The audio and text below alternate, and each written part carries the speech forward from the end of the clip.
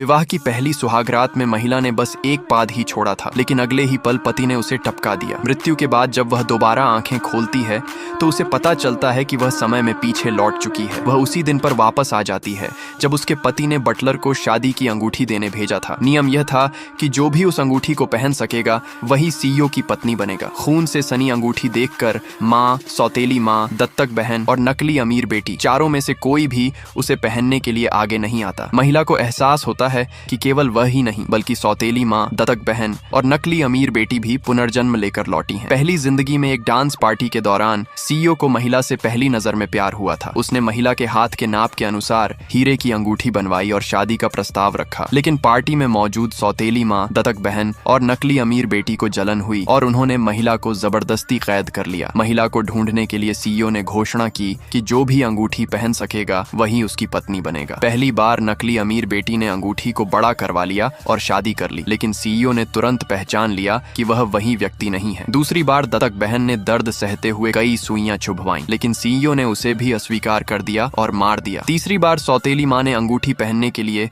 अपने हाथ का मांस तक कटवाया, लेकिन उसका भी वही अंत हुआ। चौथी बार जब बटलर अंगूठी लेकर आया तो पहले मरने की कगार तक पहुंच चुकी तीनों महिलाएं डर के कारण पीछे हट गईं और अंगूठी महिला को पहनने दी गई। अंगूठी का नाप महिला के हाथ में पूरी तरह सही बैठा। इसके बावजूद सुहागरात के दौरान सीईओ ने उसे भी मार डाला, क्योंकि वह भी उसका सच्चा प्रेम नहीं थी। पुनर्जन्म के बाद सीईओ के पिता बताते हैं कि अंगूठी का असली मालिक इन्हीं चारों में से एक है। ये सुनकर चारों डर जाती हैं, क्योंकि उनके परिवार में शादी योग्य बाकी सभी लोग पहले ही मर चुके थे। बटलर उन्हें एक दिन का समय देता है और कहता है कि समय पूरा होने पर सीईओ खुद दुल्हन लेने आएगा। इसके बाद चारों महिलाएं जो पहले एक दूसरे की दुश्मन थीं, यह जानकर कि सभी पुनर्जन्म लेकर लौटी हैं, अस्थायी रूप से एकजुट हो जाती हैं। महिला जानती है कि वह अंगूठी पहन सकती है, लेकिन यह भी समझती है कि वह सीईओ का सच्चा प्रेम नहीं है। सच्चाई जानने के लिए वे डांस पार्टी की सीसीटीवी फुटेज देखने बैंक्वेट हॉल जाती हैं। फुटेज में पुष्टि होती है कि सीईओ ने उसी रात दरवाजा